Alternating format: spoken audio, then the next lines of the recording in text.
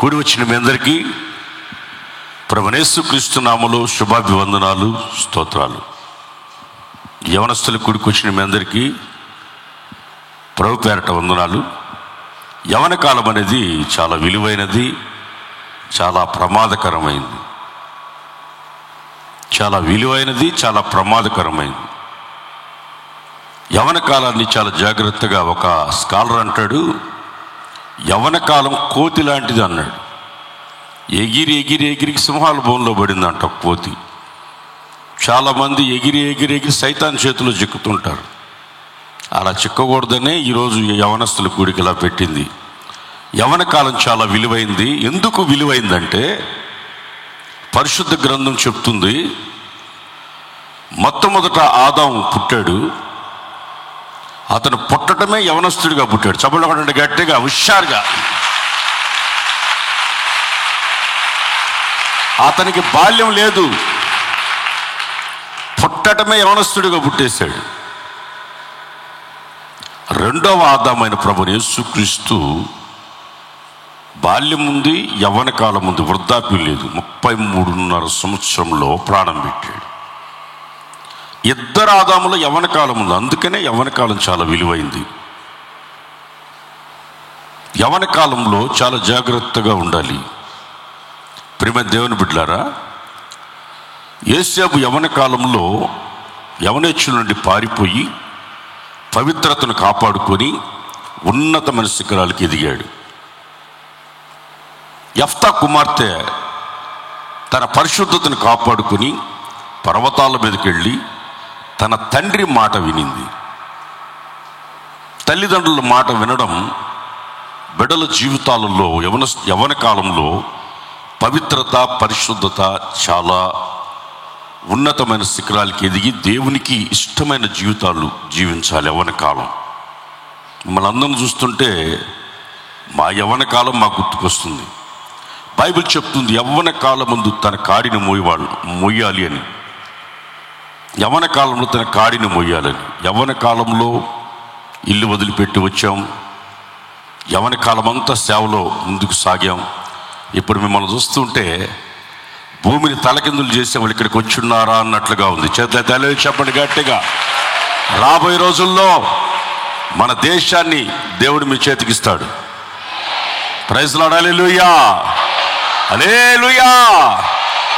ఒక యవనస్తుడు యేసన్న గారు సేవకు సమర్పించుకొని వస్తేనే ఈ బూదిగంతాలలో ఇంత సేవ చేయగలిగితే, మీరు కూడా దేవుని చేతుల్లో బలమైన సాధనాలుగా, బలిష్టమైన సాక్షులుగా నిలబడగలిగితే ప్రపంచాన్ని మన చేతులకు దేవుడు ఇవ్వబోతున్నాడు. ప్రైజ్ లార్డ్, హల్లెలూయా, హల్లెలూయా. చాలా సంతోషం. 103వ కీర్తనలో చదవద్దు, నా ప్రాణమా యెహోవాను సన్నుతించుమని స్టార్ట్ చేసి, పక్షిరాజు యవనం వల్లే యవనాన్ని ఇస్తాడంటాడు ప్రాణానికి. ఈరోజు మీరు ఎంత ధన్యులు అంటే, ఈరోజు మీకు ఒక పాటని డెడికేట్ చేస్తున్నా యవనస్తులందరికీ. పాడుకుందామా?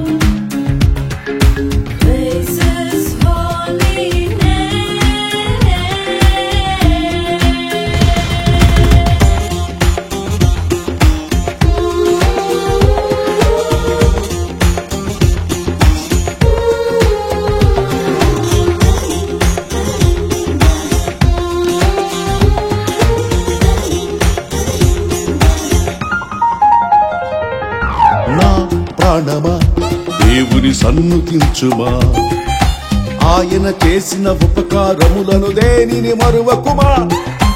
ఆయన చేసిన ఉపకారములను దేనిని మరువకుమా. నా ప్రాణమా దేవుని సన్నుతించుమా ఆయన చేసిన ఉపకారములను దేనిని మరువకుమా నా ప్రాణమా దేవుని సన్నుతించుమా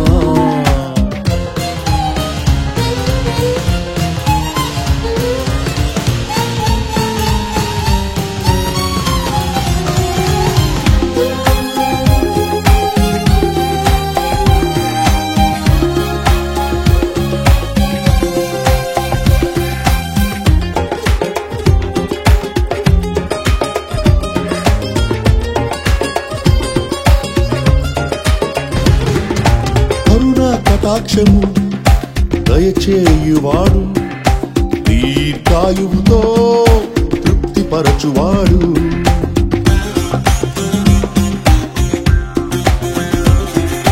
కరుణ కటాక్షము దయచేయువాడు దీర్ఘాయువుతో తృప్తిపరచువాడు దయా కిరీటమును ధరింపజేయువాడు దయా కిరీటమును ధరింపజేయువాడు తరతరములు యుగ యుగములు కృప చూపి పోషించువాడు నా ప్రాణమా దేవుని సన్నుతించుమా నా ప్రాణమా దేవుని సన్నుతించుమా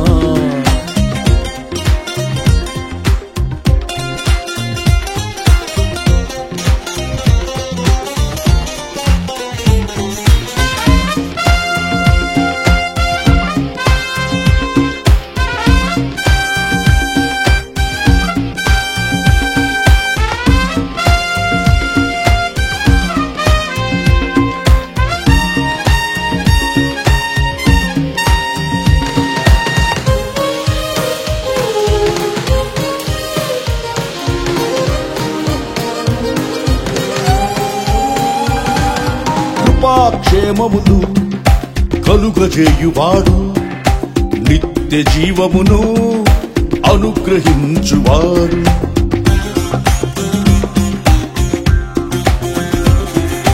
కృపాక్షేమములు కలుగజేయువాడు నిత్య జీవమును అనుగ్రహించువాడు అపరంజి కిరీటమును ధరింపజేయువాడు అపరంజి కిరీటమును ధరింపజేయువాడు స్తుతి పాత్రుడు స్తోత్రార్హుడు స్తుతులకు పాత్రుడు నా ప్రాణమా దేవుని సన్నుతించుమా నా ప్రాణమా దేవుని సన్నుతించుమా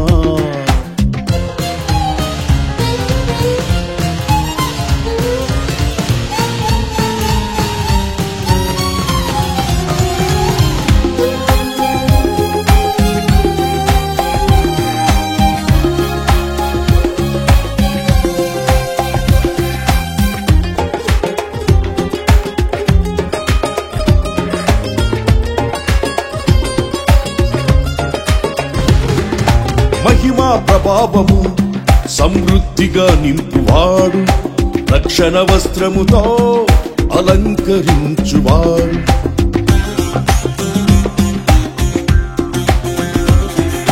మహిమా ప్రభావము సమృద్ధిగా నింపువాడు రక్షణ వస్త్రముతో అలంకరించువాడు మహిమ కిరీటమును ధరింపజేయువాడు మహిమ కిరీటమును ధరింపజేయువాడు పరిశుద్ధుడు సంపూర్ణుడు నా ప్రాణమును కాయువాడు నా ప్రాణమా దేవుని సన్నుతించుమా ఆయన చేసిన ఉపకారములను దేనిని మరువకుమా ఆయన చేసిన ఉపకారములను దేనిని మరువకుమా నా ప్రాణమా దేవుని సన్నుతించుమా ఆయన చేసిన ఉపకారములను దేనిని మరువకుమా ఆయన చేసిన ఉపకారములను దేనిని మరువకుమా